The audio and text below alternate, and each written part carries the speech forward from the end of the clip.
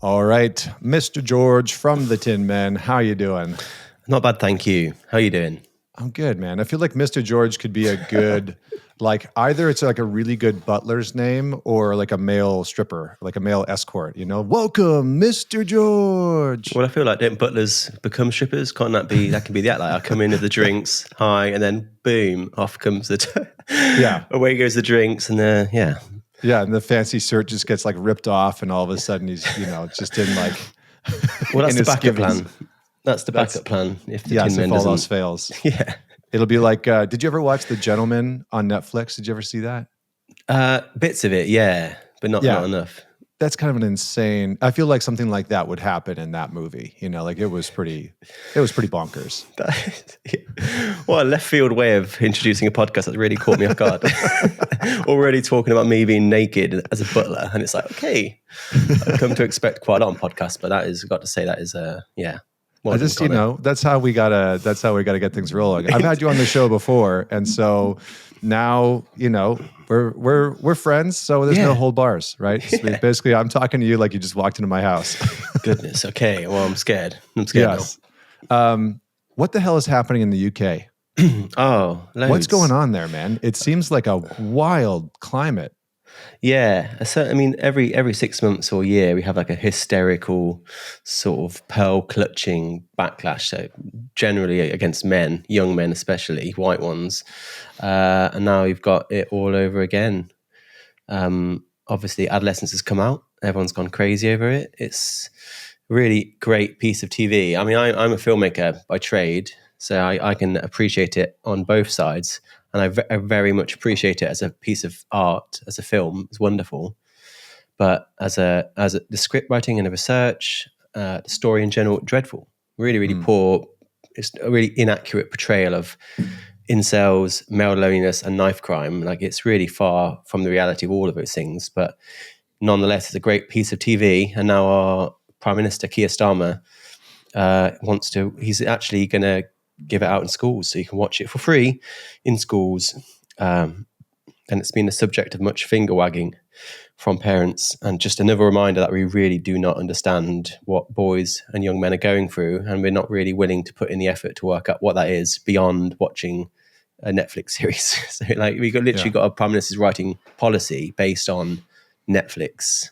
That's like that's not a fake storyline. That's what he's actually doing.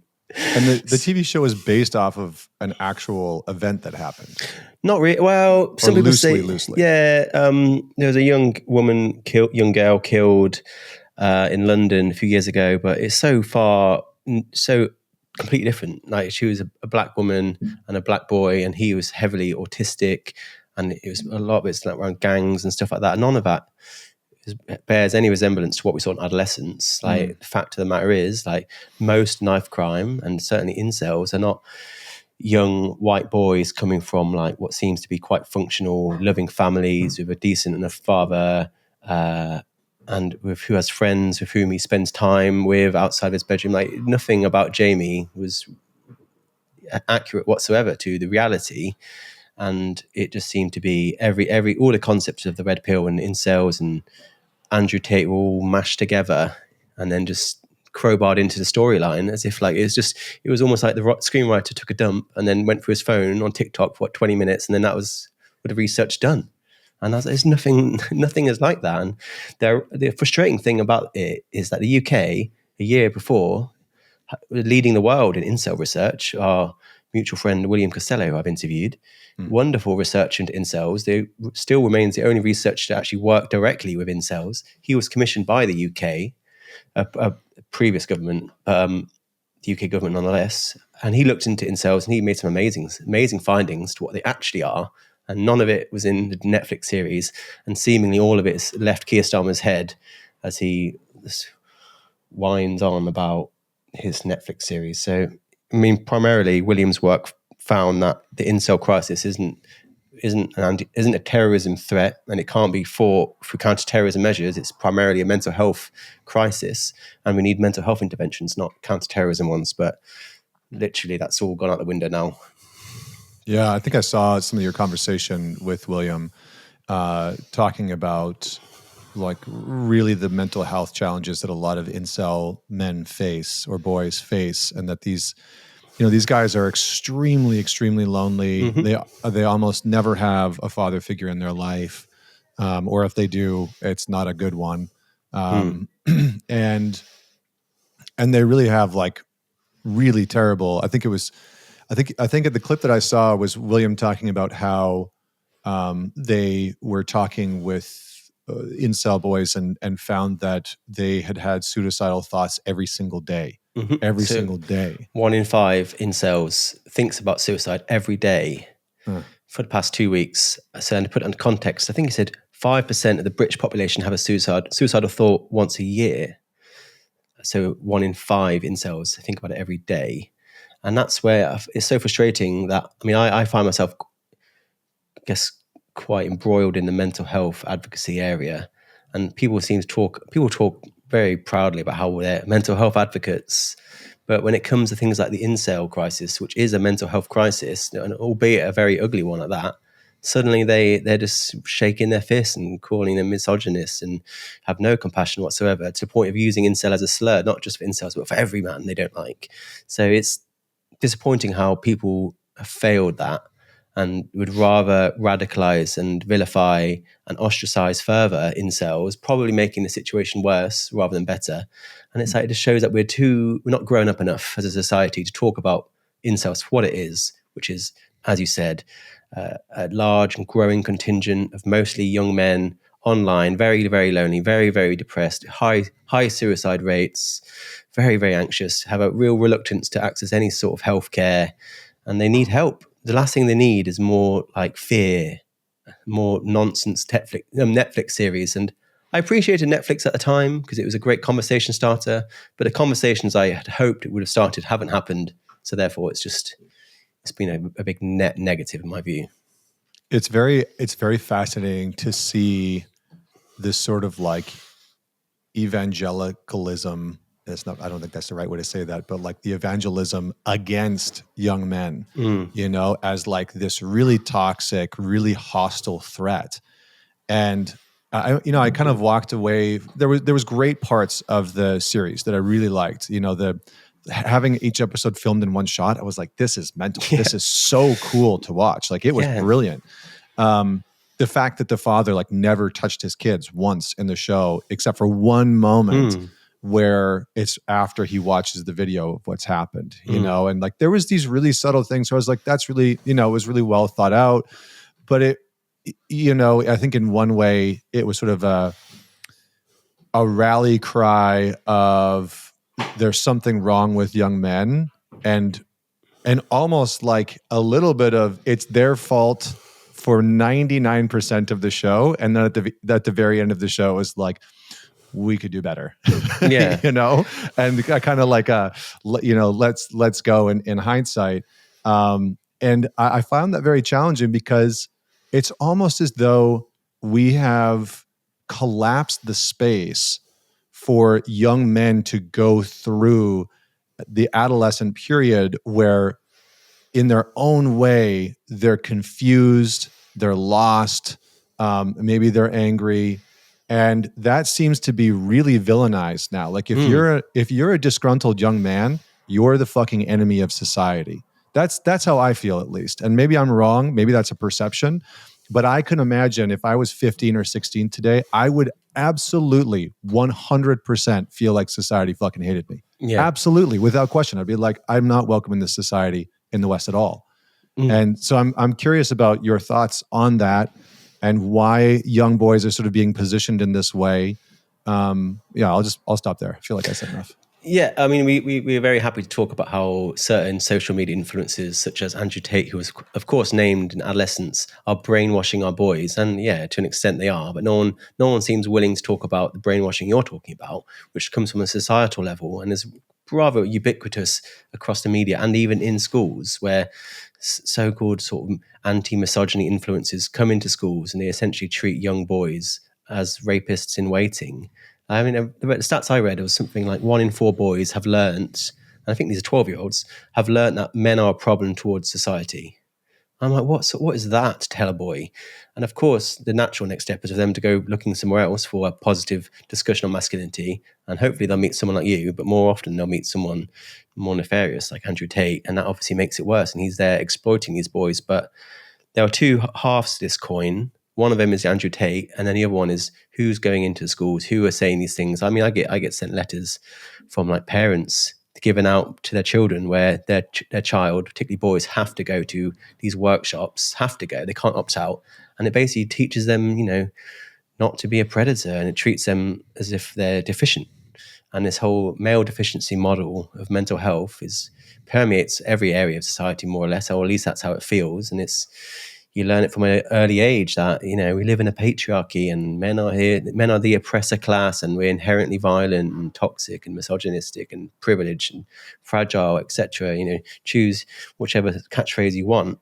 And it's not nice. It's not kind. It's not kind to young girls either to tell girls that the men in your life are trying to oppress you and you live in a patriarchy of male oppression. Like, what? I'm not sure if that's a particularly great way to set any child up, including girls, but especially boys. And I think I've not seen anything around that. I see some of the most hostile spaces, feminist spaces, must be said, that are so anti-male. And even like you'll see an article that's talking about the Lost Boys report came out a few weeks ago, which is a massive report by the Centre of Social Justice in the UK. And it basically shone a light on how poorly boys are doing in school. Everything from like awful grades, exclusions, suspensions. And it was just really, really sad. And then you scroll down to the comments and it was just the most horrible, hostile commentary about men. But we're not even talking about men, we're talking about boys here. And just so little sympathy for anything to do with boys in any negative light. And it's frustrating for me because these are things that do matter to me. And then no one seems to care until a Netflix series comes along. And then everyone has an opinion. Everyone sort of stomps over all the hard work that I and others have been putting into this, mapping out these issues. And then they just fuck off. Like 2 weeks later when the next big thing arrives, it's like the circus is back in town and they've just ruined another great opportunity to have a meaningful conversation. But we only ever seem to talk about boys and these issues as a means of talking about misogyny, as a way of talking about them in a negative light, never to actually help the boys themselves, who, let's not forget, most importantly, are the number one victim of all knife crime. And incels are not a threat to anyone other than themselves. So those are the things that are missing, like knife crime. Like there was 2 boys stabbed last week. Another boy stabbed in London died a few days ago. I didn't hear anything. And it's real boys, not make-believe Netflix series, like real children being killed. 90% of them are boys in London that are being killed in knife crime. Never heard anything spoken about them whatsoever. Yeah. So it's frustrating because it's like these are things that I care about and people want to talk about it, but only in a way in which it allows us to point a finger and basically shame boys and men. And it's, demoralizing. How do you, I mean, maybe this is an unanswerable question, but like, how do you begin to try and combat that? Because I think one of the things that I've tried to do is always talk about men and boys and masculinity in a very positive light to try and hold some sort of, torch or vision for what we can walk into and what we can be. And, I see the comments online as well from the sort of the like really far right guys. I kind of get it all from all sides. Like on the same video, I'll get like, he's such a misogynist. And then on the comment beneath it, it's like, what a beta cuck, and it's like, like what? So how the fuck am I both of those things? I got called a misogynist and a feminist bootlicker on the same day. And I'm like, that is such a compliment. I'm like, thank you. The fact that I'm being insulted by both sides, I appreciate that. So yeah. But I think one of the things, to your point, is that something like Adolescence comes out. There's a big uproar about it, but then it really does become another sort of stick to hit young men over the head with about patriarchy, misogyny, and I just see it crushing them. Like I work with some young men. In my sort of like personal practice, just because I want to support some young men and be able to help them. And I hear it and I see it all the time where they're just like, I'm terrified to approach women outside of, like the classroom where there's like a lot of people that can see that. I'm afraid to talk to them, otherwise I'm going to be accused of rape. I'm afraid to to be assertive or direct because I'll be called an asshole or, a misogynist or a bigot or whatever it is. And I just think that we are really taking the boots to young men culturally. And I wonder what you think about what we can do about that. I know it's a big question. I'm interested in what happens to children even way, way, way before that. I mean, it's a bit of a tangent, but I remember seeing a headline, Keir Starmer watches Netflix series, blah, blah, blah. And then the next headline down was, Labour have no plans to ban spanking children in England. So I'm a big advocate of never hitting your children under any circumstance. I mean, easy for me to say I don't have children, but the science around spanking and how it teaches children to use violence when they become adults of either sex to correct behavior is so, you cannot deny it. Like if you using violence to educate your child, then that's only going to teach them to do that later in life. Like children see, children do. And the fact that Labour can make these important points about violence against women around adolescence and then with their next breath quite literally say they're not going to ban spanking children, it just shows where their priorities really are.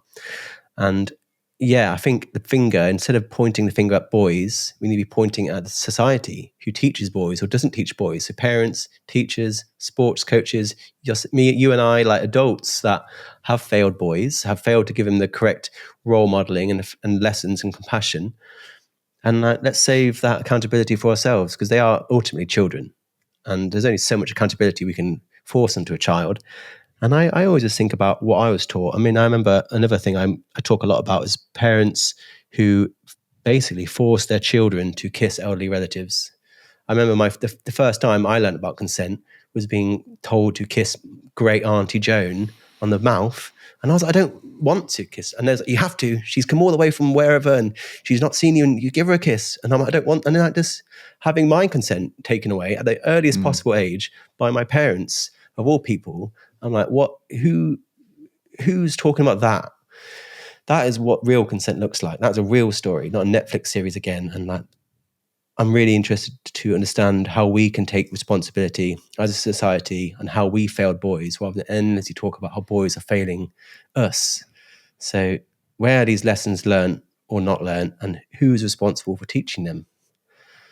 Yeah, It's such a slippery slope because I do think that on one side of the spectrum, when you start to look at how is culture and society influencing boys, it really does come back to, bad patriarchy, men are naturally misogynist, and we need to beat that out of them. And, I think for the average boy, that's just, it's not inherently in them. It's just, they're just not. Maybe you can be influenced towards disliking women or, hell, like in high school, I was madly in love with my, teenage girlfriend, my high school crush, right? She was the popular girl. I was this fucking, dude with a Green Day t-shirt and ripped jeans, with the chain to the wallet. And the relationship didn't end well. And I was, I was pissed off. I was an angry young man. But that didn't make me a danger to society. No. If anything, it made me a danger to myself. And, I think to your point on spanking, I definitely don't advocate for it. I do have kids and I've seen the research and I think it's terrible. And that's not to shame anybody that has done it and made that choice. I disagree with that choice. But there are ways to discipline kids. Like my son's 4 and he's unruly. And there are moments where I know this would be a moment where a parent who spanks their kid. And I know exactly what would happen to my son, which is that intensity and that unruly nature that he already has would not be tempered. It would not be contained. And I would not be teaching him how to actually direct that into the world. I would be teaching him that when you're met with this force, you just fight back. And that's what I did. I was spanked. I was hit, and when I was a, 18, 19-year-old guy going to bars, it's like I got into a lot of bar fights because I learned to resolve conflict with violence. And so I think some of these things are, we need to do a better job of raising boys in a way where we're not putting the blame on their shoulders for like, there's something wrong with you. Because I think that's how a lot of young boys are interpreting the cultural conversation around men, masculinity, what it means to be a man. It's like, there's something wrong with you as a boy. And I'm curious about your thoughts. I'm going to pivot. Well, maybe I'll just pause. I'll pause on what I've said because I said a lot. So share your thoughts on what I said first. Yeah, I mean, like I said, I mean, I don't have children, so it's easy for me to say never hit a child. But I mean, if I was in Keir Starmer's position, I would just be pouring money into childcare for parents. So they shouldn't have to ever resort to that sort of thing because they're properly supported. And that children's lives, especially in the first few years, is like the happiest and most comfortable and safest they could possibly be. And that's the sort of investment that will pay itself back in dividends a generation later. And then I'd also get rid of the gendered model of domestic violence because I just don't think that's particularly helpful. But yeah, I mean, I was raised, I was never hit by my parents. They solved their problems with me, of which there were many, I must admit, through diplomacy and negotiation and conversation. And what do you know? That's how I now solve my problems. And I just think that's the conversation we should be having, like actually asking boys, like, what's going on? Like, I saw even in school, like we continue our failure of boys. I mean, I read a survey not long ago and just asked boys, what's your favorite thing in school? And the three things they said were nothing. Yeah, so why was that even an answer? That's a how are you? Fine. What do you enjoy? Nothing. What'd you do? Nothing. Nothing. Great. Number two was substitute teachers. So clearly they hate their teachers and they like it when the new one comes in. And then three is PE. And that is the only time I've ever heard boys actually contribute to that conversation. The rest of the conversations was telling boys what they want. And everyone seems to have had their say around adolescence apart from boys themselves. I've not heard one single boy tell us what his experience is like. And if he were to tell us, I think we'd be shocked at how sad of a situation they're in and how we failed. So yeah, I think there's a lot to be said for schools and why so many boys do so badly. And obviously you talked about fatherlessness and fatherless homes and how boys often leave fatherless homes to go looking elsewhere for leadership and purpose and belonging and a family. And often that is a gang. And that's where they get that sense of purpose from. So again, it's frustrating to see Keir Starmer talk about how we need to solve this epidemic of knife crime and violence against women, whilst at the same time, the government have basically closed down 30% of youth clubs in London. Like that is like knife crime's up 23%, youth clubs are down 30%. I mean, I don't think that's a coincidence. And that's crazy. If you want to solve knife crime, give these boys somewhere else to go. Like get a library or a sports centre or leisure club or whatever. But those are closing. It's so crazy to me that as we have collapsed male spaces where men can gather, connect, develop, interact, build relationships, that we see men declining just in every single way possible, dropping out of school, not going to college, not entering into the workforce, not entering into a relationship. But we're just taking that away almost systematically because it's like men's space is bad. And I remember when I started Man Talks, I got so much hate because I was putting on an event for men. It was wild. I was like, what the hell? Like, this is a space for men to come and talk and get support. Like, I thought, I was so naive. I thought for sure that women would be happy with it. And then it was just this onslaught of like vitriol and hatred and like, why do men need this? And it really gave me a firsthand education in what is happening culturally for young boys and men, that men's spaces seem to be a threat. You know? I mean, especially at universities. I mean, I get contacted a lot by people wanting to set me spaces, and they share similar stories to you, where we just seem to hate the idea of men having spaces and the idea of men supporting each other. And I worked with a friend called Rory who tried to set up a men's group at Loughborough University Students' Union, which is a massive university in the UK. And he told me all about it. It sounded amazing. Like there was like workshops and guest speakers and hiking groups and mental health support services. A lot of hard work. And then literally the Students' Union put one post up about it, and you would not, but again, the comments are back, like the trolls all just endless whining, petitions set up to close it down, like credible threats against Rory to the point of he actually had to close it down. They cancelled it without even having had one single session. And because people seem to think it's like the patriarchy HQ, men plotting to oppress women. Whereas if you actually looked into the group, it's probably just two guys playing ping pong or something, having a great time. It's really not that exciting. And then the ultimate irony is that these men, now deprived of these spaces to support one another, go back to their relationships, and they have to lean disproportionately on their partners. And then you get the idea of like man keeping, which is the new craze of the idea that women are paying the biggest price of male loneliness, apparently, because men are leaning heavily on them, which is true. But the reason partly is because we're closing men's spaces. So you close the man's space, and then we'll complain when he goes looking elsewhere for that emotional support with these pseudo concepts like man keeping. So it's just, you literally just cannot win. So sorry, can you just define what man keeping is again? I haven't heard that term before. Man keeping. Oh, I'm sorry for just making your day slightly worse. Man keeping is this idea that women particularly are paying the biggest price of male loneliness. The number one person burdened by male loneliness is women, because those women are doing the sort of the emotional, putting the emotional labor and emotional support of these lonely men. So loneliness, which is the biggest contributing factor to male suicide, which is, as you know, the biggest risk to life for all men, especially young men. Loneliness is burdening women more than men. It doesn't make any sense. And I get it. Of course, it's very difficult for a lot of women to support men in their lives, but it doesn't mean they're the primary burden. They're not paying the primary burden. So yeah, it's this crazy social media concept that thankfully hasn't taken off too much, but I find it so insane. Self-centered. It's what I mean, look, we're in a strange timeline.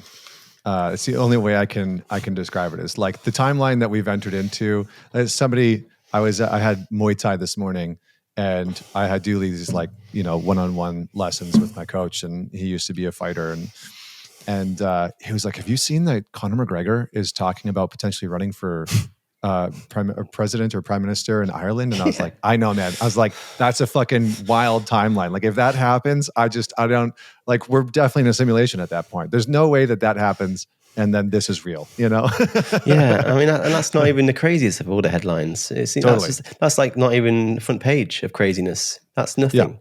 Yeah. But what I was going to say was I think with some of these issues, what's fascinating to me is there's kind of this, I think how I would position is like that when men are struggling, it's almost always positioned as an inconvenience to women and something that men need to fix, or another reason to smash the patriarchy and misogyny. But when women are struggling, it's seen as a rally for social action and for cultural conversation and for laws to be passed and for something to be done to support the women that are struggling. And it's I'm just like, how has that happened? I call this like the liberal Tesla effect, which is Donald Trump got elected and Elon Musk started working with Doge. And all of a sudden, the liberal people in America like lost their mind because they hate Elon Musk now and are vandalizing Teslas that are owned by other liberals. It's like the amount of Teslas that are owned by liberals is probably pretty damn high. Because it's like those are the people that have been pushing the cars for a very long time. And I mean, I own one. So, but it's like, that's such a fascinating thing to me. It's like you are harming the people that are in your camp. And this is almost the same notion that, we are harming the people that we say we want to support. So how do you explain some of that? Like when men are struggling, we almost always position it as like an inconvenience to women, or we only talk about the effects on women versus how we can actually create social change for men. Yeah, well, women have problems, men are problems, is what people describe it as. And it's very true. In the last few years, we've sort of started to talk a little bit more about men's issues, but we're only comfortable talking about them as either internalized issues, toxic masculinity, or personal failings of men. Like we're only willing to talk about it within those two contexts. No one wants to talk about the structural issues or the economic issues or political issues that impact men, despite them being huge. We only ever want to talk about men's issues as a means of talking about their own individual failure or internalized problems. And that's as far as we've gotten, because to actually point the finger outwards, a bit like we talked about earlier, to actually say men are just the product of their own experiences and their issues are no less systemic than women's is such an unpopular thing to say, but it's so obviously true. Like I always just look at America and like men's health, for example, is so bad. And people would say, well, men need to go to the doctors more, or, talk about male suicide. Well, men need to open up, or, a man stabbed walking home. Well, who did it? And it's just like, okay, all right, is that all you've got to say? And it's not even true. Like the reason why men's health is so poor is because there's so little funding or care placed into men's health. I think there's about 9 or even 10 different offices for women's health and women's health research in America, and none for men. And that's, I don't begrudge those 10 offices for women, but we need to have something for men. Or besides than just these catchphrases about men need to go to the doctor more, or men need to open. It's not good enough. And it's clearly not working, especially in suicide. We just had the worst year this century for male suicide in the UK. Like the numbers aren't coming down, they're going up. So clearly our approach isn't working. So let's try something else, shall we? This idea of assuming suicide is some sort of internalized problem isn't true. And like I said, the problem is out there. The reason why men do these things, take their own lives, is because they have very real structural, economic, political, familial, relational, like who knows, work-based, financial problems. And suicide is sort of a solution-based outcome for them. It's not internalized mental health issue primarily. It's a lot of things all rolled into one. So yeah, you're very right. We talk about women as having problems. We only ever talk about men as being problems themselves. And that's as far as we're comfortable talking about these things, unfortunately. Yeah, it was a couple of weeks ago, I went and spoke at like the largest psychology conference here in North America. And I did a workshop for therapists and psychologists on how to work with male clients, which was the first time that they'd ever done anything like this. Wow. And there was, the conference had like 4,500 people, but you can choose different workshops. And so we had, I think like 400 people in person and then a couple hundred people online. And it was fascinating because one of the things that, there's 2 things that came up that I thought were really interesting is that, number one, I talked about how for a while men were told this is how you have to be. Mm-hmm. And now we've been going through a few decades of this is what you absolutely should not be. So men have just been inundated with information of like, don't be this, don't be that, don't do this, don't say that. But it doesn't give them any idea of who they could possibly become. And I think that's part of the shift that we have to make is we have to start to create conversations, narratives, opportunities, real life situations where men can have the experience of trying to decide and discern who they could become, like what type of man they want to be, what type of values they want to have, those types of things. The other thing that shocked me was how many of the clinicians, because again, in North America, 75 to 80% of therapists and psychologists are women, are female. But how many of the clinicians, we had this open dialogue at one point, we're talking about, and maybe I should just give some context. I was talking about working with the men who had resistance, who had blocks and barriers, and how to deal with that, and how what I've seen is that the majority of therapists actually do not know how to work with a man effectively when he has any type of resistance. And the same thing that we've been talking about culturally happens in the therapy room, which is that as soon as a man has any type of resistance, he becomes combative or he uses humor or he kind of shuts down. The therapist often doesn't know what to do and then blames it on that man. And so it was interesting to hear people that work in these big practices where there's 20, 30 clinicians saying, yeah, one of the biggest complaints that I hear from the majority of the therapists or psychologists is, oh, that man has a big ego. Oh, that man's so hard to deal with. Wow. And I think that we're in our systems and our institutions, we're just fundamentally failing men because we're looking at how to work with them, how to support them in the same way that we would oftentimes look at how to support or serve women.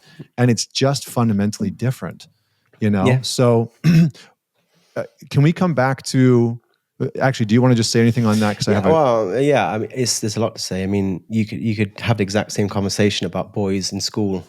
75 to 80% of teachers are women. And there's a reason why male teachers are less likely to problematize boys' misbehavior, because they can see what that behavior more often is. I was a naughty boy, but I don't think I was a stupid boy. I was just bored and misunderstood. And in the same way that as I said earlier, the three things that boys like most in school are nothing, substitute teachers and PE. There's been similar studies in therapy where they talked to men, like thousands of them in Australia, this is, and they said, well, half of them dropped out and about 1/4 dropped out after the first session. So they asked them, why are you not going? And they're like, I just don't feel a connection with the therapist. And then that was for 50% of them. And then the next one was therapy didn't work. So I'm like, well, listen to what they've got to say. And the fact that you and I, to a lesser extent, I mean, I speak to NHS now. I spoke a few weeks ago to about 60 senior clinicians for the NHS who work in mental health. And the fact that I'm in that room talking to them really is a damning indictment of where we're at. And I literally my presentation, I'm like, here is my qualifications in psychology. And it's just a blank slide. There's nothing there. And I'm like, this is all things I figured out. And I guess I win because people have voted their feet and people like what I've got to say. So they are my qualifications. And I can't speak on your qualifications, but the fact that you have got these opportunities to speak to people, like hundreds of people, shows how desperate and how much they failed that they're turning to people like you and I for help. So yeah, it's just like a very damning indictment of the problem itself. It really is fascinating that like our institutions in some way have. I think saying that they become anti-male is probably too dramatic and too far of a stretch. But I would say at the very least, they have become ignorant of the ways in which boys and men operate, and they've become blind to the strategies and systems and tools and resources that they need to deploy to actually support and serve men. I would say that that's probably more accurate. And there's almost like a general not giving a shit that that's even true, because it's like, well, patriarchy and men, and they're the problem. And it just comes back to placing the burden on men, and that just sort of like resolves it and we get to wash our hands of it. Yeah, and I wouldn't say just not just institutions, but I just think all of us, like journalists, politicians, people. I remember I managed to work my way into a VIP private members club party last year in a really fancy sort of members club in Soho. And somehow I ended up talking to probably the most powerful journalist in the whole country, Emily Mattis. And then my mutual friend was like, tell Emily about something impressive about men and boys or something interesting. And I was like, here's my chance. This is what I've been building up to. And I was like, Emily, did you know that in this country, according to Ministry of Justice data, a man who goes to court having committed the same crime as a woman with the same criminal background, 88% more likely to go to prison? And her face was just blank. She couldn't have been less interested. Like, she just like looked at me and I was like, okay, right. I was like, same crime. Same criminal background. He's a man, she's a woman. He's 88% more likely, blank face. And I was like, if I had said that about black people and white people, she'd have been like, oh, I got a phone out, probably dialing in some sort of newspaper. And I was just like, there's nothing there. I don't understand how that's a systemic sexism against men in this country. That's Ministry of Justice data themselves saying that. And nothing. I'm like, what? And I don't know. It was demoralizing to come home after what you thought would have been quite a scoop for her, but it's clearly not. So, do you think that men should be punished more harshly? No. I mean, we've got a similar thing happening here, where a former hero of mine, James Timpson, has just become the Minister of Prisons in the UK. So that he's like the guy that decided he's the top of the pile in terms of prisons, and he built his whole career building a company that employed men who came out of prisons, so giving men a second chance to like repair shoes and fix watches and cut keys and stuff. And he's hired thousands and thousands of men out of prison, and only maybe 3 or 4 have reoffended, which is ridiculously low. That's wild. And he got made Minister of Prisons, and I was like, yes, finally, some progressive prison reform. And he announced it straight away. But he only announced it for women in prison. So he wants to close down women's prisons. He wants to give women in prison second chances. He wants to treat women in prisons as potential victims of abuse, which they likely are. Look at traumatic head injuries, which is often very prevalent. And I'm like, these are great policies, but why would you not extend it to the entire prison population rather than basing on sex? So I'd say anything around sentencing or prison reform needs to be based on need, not sex. So I don't think men should be sentenced more harshly. I think we should look at every single individual case on a case-by-case basis and make a decision then. Like, you're dealing with someone's life. You're going to ruin someone's life if you get it wrong. So, it should be on an individual basis rather than on the basis of sex. Yeah, I think also being able to contribute within the prison system and men that are incarcerated with real resources that are proven to work with men, not just sort of like talk therapy, which can be beneficial, but I think for a lot of guys has some very severe limitations. But like real depth work that allows them to get into shit that happened in their childhood that probably contributed to them being incarcerated in the first place. Yep. Would go an extremely long way, but we don't fund those things. No. Like we don't see them as relevant. What would you say is contributing to the sort of en masse rise of men experiencing much more loneliness and isolation, and kind of checking out from society? It seems like more and more young boys and young men, especially, are removing themselves from society. And I look at the data of, less men going to college, less men entering the workforce, less men dating. And my immediate response is like, where are all these young men? Like, where the fuck are they going? But what do you think is, I know we've kind of been talking about it indirectly, but what else do you think is contributing to it? And where do you think these men are going? Like, are they just lost in porn on the internet, or, like what's happening? No, in lots of different places. I mean, you named a few, but yeah, unemployed, out of education, living at home, losing jobs, not in relationships, men's spaces closing down, and like fewer and fewer relationships, like with friends as well. Social media doesn't help. Porn, sex, all that stuff is sort of the culmination of all of them. But I mean, the elephant in the room is that I don't know. Like the fact is, no one really knows because no one's caring enough to find out. The people that I do know that are trying to answer that question, they're often self-funded, just working like themselves like really, really hard because there's so little ambition from anyone in politics to work out the answer to that question because they're too busy watching Netflix. So I would say it's a lot of different things. But yeah, I mean, there are fewer men in education, many falling out of work. Employment, especially in America, is going really bad for men. Like think about where jobs are going. A lot of it's being automated. A lot of it is being around AI. A lot of it's being exported to other countries. And these are jobs that are impacting men. Men are the ones losing the jobs, really. I think like if the top 15 jobs expected to grow the most in the next decade, 13 of them are dominated by women.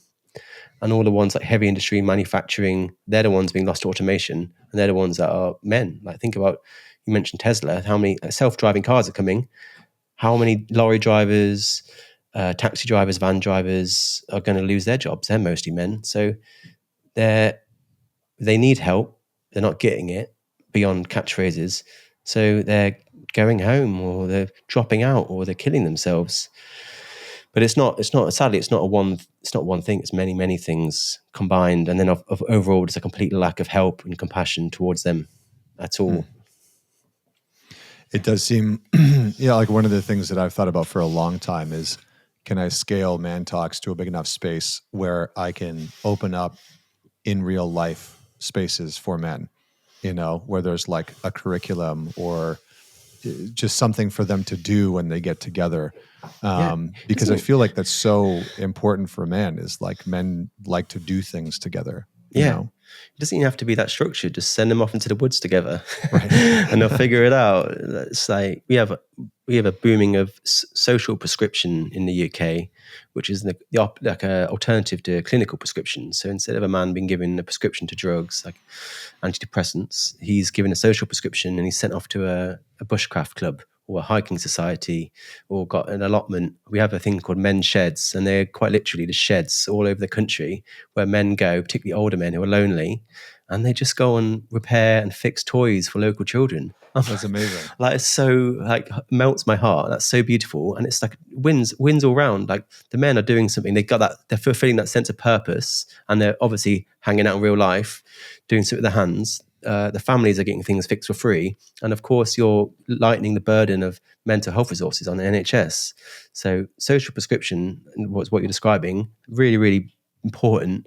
But again, there's the elephant in the room where the birth and growth of social prescription in the UK is also another damning indictment of how we have failed men's health, because they've gone out and they've set it up for themselves. A lot of these charities are by men and for men. They're nothing to do with the NHS. And they just show that how we have failed to tackle men's health adequately. to the point of they've actually gone out and sought their own healthcare in the way you described, and good for you. And I wish more people would do it. But yeah, I think that's exactly what men need, just time with each other, doing some sort of activity outside of a clinical environment altogether. Yeah, I remember when I first started working with my first mentor, and I had like just bottomed out, like hit rock bottom, was not in a great place. And I started to work with him. And one of the things that, because I didn't have a lot of money, and so sometimes he'd be like, okay, pay me. And then when you can't, I'm going to put you to work. And he would get me to chop wood and help farm his asparagus. And it was, and it was a real sort of like strange old school apprenticeship that doesn't really exist much anymore, which I'm very, very, very grateful for. He had Rottweilers that he bred and raised. And so I got to, be around these big monstrous dogs and learn about temperament and, how he raised them. And it was a really special time in life, because I think in some ways, here was this sort of 73, 74-year-old man who had taken me under his wing. And yes, we were doing sort of like direct psychological work, but then there was all of this indirect mentorship and apprenticeship that would happen when, we'd be out farming his asparagus, and we'd just sort of be chatting, or like I'd be chopping wood, and, and he'd kind of be directing, because he was older and he couldn't really do it anymore. And I always come back to that, because I think that there's such an absence of that in our world, especially in the West. Like I look at my son. My son's 4. My son wants to do absolutely fucking everything with me. Everything. Like, it doesn't matter how mundane, how ridiculous, and I'm sure that'll change over time. But these are the types of things that we as men, I think, are lacking, is that there's a kind of transmission and modeling of masculinity that has become obsolete within our society. And I feel like we need to create spaces and places and opportunity where the modeling of that masculinity and the modeling of manhood can be reestablished in a healthy way that, to be honest, I think should be completely fucking removed from the political system. Like, God help us if the political system are the ones that institute that, in my opinion. But like, anyway, so I did want to come back to this notion. We were talking about like suicide. What do you think that most people have gotten wrong about male suicide, and like why men get down that pathway and go down that pathway? Lots of things, lots and lots of things. I mean, anyone that's spent any time with suicidal men or bereaved families knows that it's a lot more complicated than men are toxic, or toxic masculinity is obviously what most people talk about in the context of male suicide. But there is no one single answer to male suicide. Even the people that loved those men most have no idea why a man would take his life. That's one of the saddest things about it. Like, people are left behind with no idea why they did it. And yet people online seem to know everything, and they have one single word answer, not just that man's suicide, but to all suicides. And yeah, like toxic masculinity. So any answer to that question has to start by acknowledging, I don't know. I will never know. That's the sad thing about it. A lot of men don't. I think most men don't even know. So there's a lot to be said. But what I understand about male suicide is that it's not primarily a mental health issue.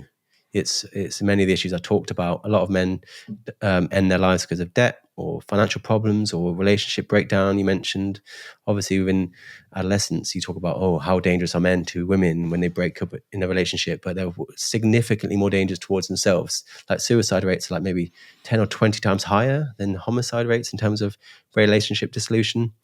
A lot of it is child custody.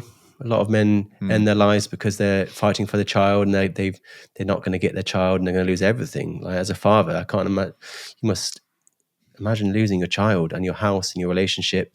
Like, I could totally understand why a man would consider suicide in that situation. And I don't think a man losing his child in a custody battle has got a mental health issue. I think he's losing the thing that's most important to him. So it's wrong for us to categorize such a situation as a mental health problem.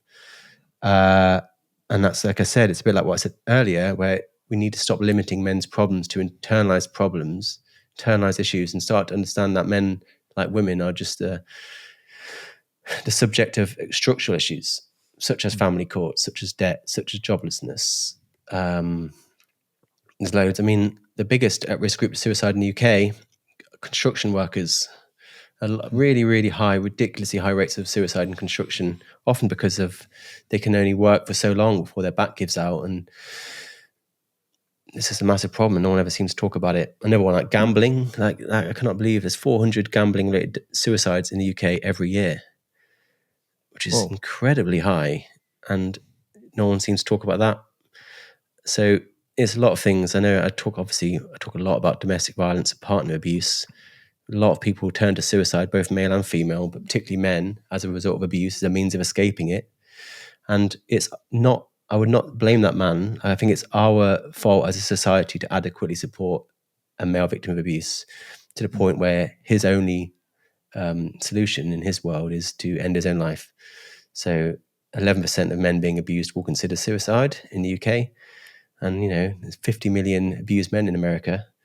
700,000 in the UK every year. So we're talking really, really high numbers, and our inability to support them and our cowardice to even talk about them is a massive part of the problem and deserves a Netflix series in its own right.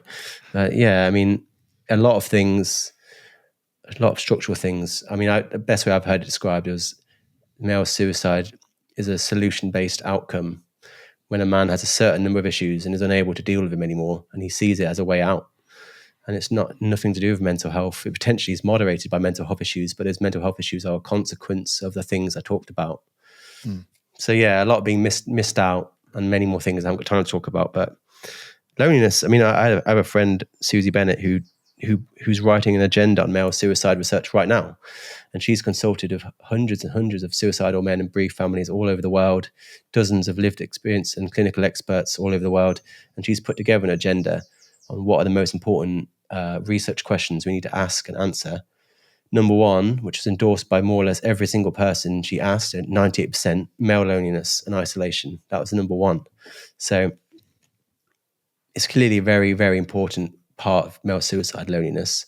And yet we are totally unfit to talk about it as a society in a way we described earlier, where we only ever talk about it as a way of shaming men or talking about how it burdens women or mocking those men or depriving them of spaces. And then we're closing, dangerous. We're closing down men's groups or shouting them down. We're literally depriving men of the antidote to the thing that is biggest risk to their life. So, and then we frame that as positive, as progressive. These people have somehow managed to badge themselves as the guardians of morality. They're the good guys, and it blows my mind. Yeah, there's so many different threads that we could pull on in there. I think what you were saying about it almost being like a practical outcome, is I think last time we chatted, I brought up this stat that you were talking about, that like in 80% of male suicides, they had gone to a therapist or like sought help. And then of those, the majority of them had been identified as low risk or no risk at all of suicide. And I think because of exactly what you're saying, is that the majority of the time, what people are looking for is like mental stability and mental health versus, is this man dealing with such consequential things that he cannot control, and he's having his children stripped of him, and he's financially being ruined, and his ability to provide for his family has been destroyed. Those types of externalized things, I think, are very challenging for men. I had a guy that I worked with in construction back in my early 20s that I found out, this was years ago, probably like eight years ago, had taken his own life, and he had a wife and three daughters, and he ran a construction company, and it ended up going bust, and he couldn't pay his employees, and he just couldn't find a way out of it. And it got worse and worse and worse to the point where he took his own life. And, that's an example of, I think it's challenging because some people might hear that and say, well, that's because, he bought into this outdated misogynistic version of masculinity that said that you have to provide for people. And I wonder what your take is on that. Like, if a man has put himself in a position where he really wants to provide or he wants to protect people, and his ability to do so is taken away, and he chooses to take his own life, like, is it just about that? Like, is that a bad thing that a man wants to be able to provide for the people? Because it feels like we've kind of demonized that in some ways. Everything in moderation, I would say. I mean, I think I agree. A lot of men get purpose and happiness and satisfaction of providing for people and almost being like a servant to their family. I know my dad was, and I feel like that was a source of a lot of happiness in it, that he was providing and supporting a family and he was there for us. I think that's a very noble and important part of being a man, and something that men should, hold on to. But it does become a point where if that is going to lead you towards suicide, then it's like I said, it can become an unhealthy thing. And we talked about gambling and how many suicides are a result of gambling. But I mean, I gamble, but I do it in moderation, every now and again, maybe. But it can get to a point where it ruins your life and can end your life. So I think it's important to establish that men do get purpose from certain things, often from different things to women. One of them being a provider, but that can get to a point where it's an unhealthy obsession that can lead a man to taking his own life. Going back to what you said about the men, the suicidal men being seen as low risk and no risk, it was 91% of middle-aged men who died by suicide had sought help. And of those who had sought help and had been seen by a clinician, 80% were seen as low risk or no risk. So these are men that died by suicide, and 80% of them had been seen as low risk by clinicians. So again, that just shows that we're failing to see men's distress. And that's often because therapy, as you said, is based around women. And a man that goes to see even a GP, he might communicate his wish to commit suicide or kill himself. And he does it in a very matter-of-fact way, often like quite a plain way, without the heightened emotions that often come with women.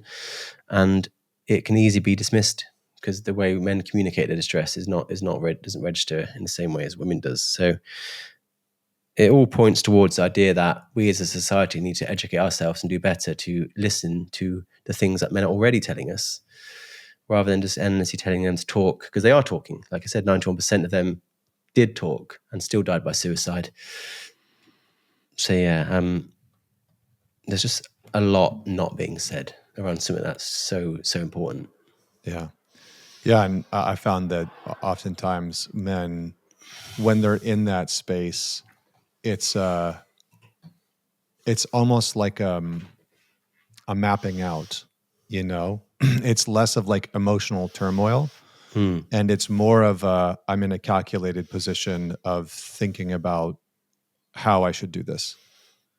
And that's usually the space where, because I've worked with so many men over the years who have had suicidal ideation at one point or another in their life. And one of the most common things that they talk about is, I just kind of moved into this space where it wasn't this big emotional thing. For some men it was a very big emotional thing, but for a lot of men it was like, I found myself starting to think about how I would do it, and I couldn't stop doing that. And that was a big sign for me that something was wrong. And that, I think, to some people can sound, almost like calculated or pragmatic, and I think for some men it is. It's like, this is a practical solution to an impossible challenge.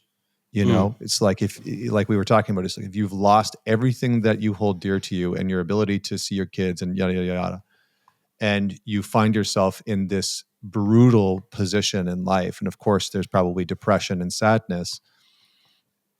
For a lot of men, it's like there's this very linear process that unfolds. It's like, well, then maybe I shouldn't be here, And I think I always struggle with having these conversations in this way, because I get pushback a lot of the times of like, well, you shouldn't talk about suicide.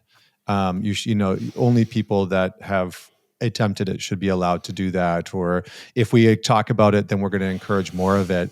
And what I found is that with men, especially, it almost destigmatizes it for them to be like, oh my God, like I had those thoughts too at this point in my life. And that's wild. I'm so glad that somebody else has gone through that, because I find that as men, we have this very strange thing happen to us that when we feel like we're struggling with something, we almost never feel like somebody else has ever gone through it before, whether it's sexual abuse or some type of depression or whatever it is. And I do think that part of how we shift this cultural conversation with men is that we talk about the realities of some of these very hard conversations for men, even if they're uncomfortable for some people to enter into. Totally. I mean, yeah, I've had those conversations too. I mean, I talk a lot about suicide, and I remember doing a panel about how many men die by suicide as a result of losing children. And I got a question at the end, and basically accusing me of saying that a man should kill himself if he loses his child. And it's like, okay, that's not what I'm saying. Of course, I don't want anyone to attempt suicide. All I'm trying to say is that I can see that as a fair reason. I can understand why someone would consider suicide if they were losing their child. What I'm trying to say is that I'm trying to validate those men in many ways. By saying you're not mentally unwell, you've not got some sort of brain problem to be medicated away, some sort of chemical imbalance. I'm not trying to pathologize your pain. I'm saying what you're going through is horrible, and I'm not surprised you don't want to be here anymore. And I hope the men that are going through those experiences, hearing those things, they feel validated that what they're going through is very real, and they're not toxic or problematic or defective or patriarchal. They're losing things that are very, very important to them, and I'm desperate for them to stick around. And please stay around. Don't enact these things you're thinking of. But I'm also trying to say I can understand. I'm not surprised you feel this way at the same time. And I just want to get out of this biomedical model of suicidal pain where we just assume it's something to be talked or medicated away, rather than looking at the structural issues that are causing so many men to do these things, and actually address the structural problems rather than so-called internal problems within men. Yeah. Like, how do you get through this divorce? How do you get through having your kids taken from? Like, I think those things are, as you're saying, because sometimes men come in, they're like, what can I do? Like, I actually want to start with that. Don't talk to me about how I'm feeling. Talk to me about, like, what the fuck can I actually do to change this situation or to deal with this situation? And I think sometimes that's what the therapeutic model really misses out on, because it's so conditioned to just have men sit in front and be like, well, tell me how you feel about it. And they're like, of course I'm fucking angry, but what do I do? All right. Like, help me try and figure this out. And half the time, not half the time, but a lot of the time, that's what men are really looking for, is somebody to guide them in sifting through the legitimate problem that they're having. I'm going to shift because we're going to have to wrap up here soon, but I wanted to talk to you about one or two things before we end. Is there data or evidence that shows that men who have experienced sexual abuse is underreported, or men that have experienced domestic violence is underreported? Because the amount of men that I've worked with that have experienced especially sexual abuse growing up is way higher than what I think the data often shows. And maybe those men are just the men that naturally, like, reach out and want support. But I find that it's usually one of those things where they've gone to therapy for 5 or 10 years and not talked about it, or it hasn't come up, or they haven't worked through it in some capacity. So I'm curious your thoughts on that. Yes. Sorry, there's a motorbike going past. Yeah, Nice. Totally. I mean, of course, all domestic violence and sexual abuse is underreported by men and women, but it's about 2 or 3 times more likely to not be reported by men. So there's a massive problem. And of course, a lot of stats are based on police reports. So that then leads to underreporting in the statistics, and it leads to gendered models of domestic violence that then only make the situation worse. It's like the snake eating its own tail. So there's definitely a social problem where men don't feel seen. And like, why? And totally understand why. Like, you never see men in campaigns or on TV who are being abused. So as Gloria Steinem said, to be it, you have to see it. And I think it's important we talk more about male victims of abuse, especially by women, and to show that they exist in significant numbers, and encouraging them to come forwards and seek help. But there's also a more systemic problem where in the UK, for example, it's not even legally possible for women to rape a man. like by law. It's like you literally cannot do it. A woman cannot be found guilty of rape in the UK. It was the same in America until about 10 years ago, but you've changed it, thankfully. And That's that wild. It just erases men. Yeah, it's crazy. What? So nothing a woman can do to you in the UK can ever constitute as rape, because you have to have a penis to commit rape in the UK. It's that's like, you have to have a penis, and that's it. So if you haven't got a penis, you can't commit rape, which means that we don't actually know how many men are raped by women, because no one's collecting that data. And it's because it's not just the law that uses that definition, it's academia and research, and we just don't ask that question. In America, the same deal. It was a gendered model of rape. What is rape? And the FBI found out that 40% of all these offences were not even being captured. So they changed the definition, rightly so, to a non-gendered definition. And suddenly all these men are appearing. Like literally 1 year, I think it's about 7 or 8% of rape victims were men. And then the next year, it was about 38%, 39%. So it's a lot of researchers scratching their head, like, how the hell has that happened? And they realized that was the year they changed the definition in America to remove the gendered narrative around it and to actually just capture these instances as they are. So there's certainly a lot of underreporting, which I would argue is certainly made worse, exacerbated by a very one-sided narrative we feed society around domestic violence and sexual abuse. But then there is also an even larger systemic framework that just completely excludes men from being these things, like completely. By law and in academia, it gets even more wild. In the UK, we categorize domestic violence as violence against women, which means that a man who's being abused by a woman, he's considered a victim of violence against women, to the point of we have like political papers saying, like a paper saying like a strategy to support male victims of violence against women. So a man is being seen as a woman. He's a victim of violence by a woman, but instead he's being seen as a victim of violence against women. And of course, he's erased too. So we've become infatuated with these ideological political models of sexual abuse and domestic violence that just completely exclude men across the board. And then we use those to basically reinforce the narrative that, oh, look, only a few men have been raped. And it's like, well, you'll see the stats saying 99% of rapists are men. And I was like, yeah, because women can't do it by law. That's the reason why. And then like it goes round and round and round, and it just gets less and less accurate, and the problem is never solved. And of course, domestic violence is reciprocal. So not only does it harm men in the obvious way, but it also leaves women open to retaliation. So I'd rather just break the cycle and see both those things as non-gendered, and just deal with people on a case-by-case basis, on the basis of need rather than sex. So, yeah. So in the UK, but a woman could be charged with sexual assault or sexual abuse or harassment, but just not rape specifically. Well, yeah, it's categorized elsewhere. We often call it being forced to penetrate, which is a kind of strange concept, and when it's just rape. So, yeah, and sentencing is similar between the two. It's not like you get off for free. Like, you can still be found guilty of those things, but it's more how invalidating that feels as a man who's a victim of these things. And then also in stats, like the Office for National Statistics, which is like the government's database for research, they use the same definition. So we just literally do not know how many men are being forced to penetrate by women. We just do not know, and that's not right. There was a story here in the States recently of this like 32-year-old female teacher who had been sleeping with her 15-year-old student.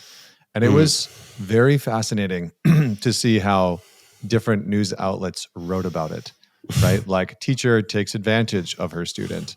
Yeah.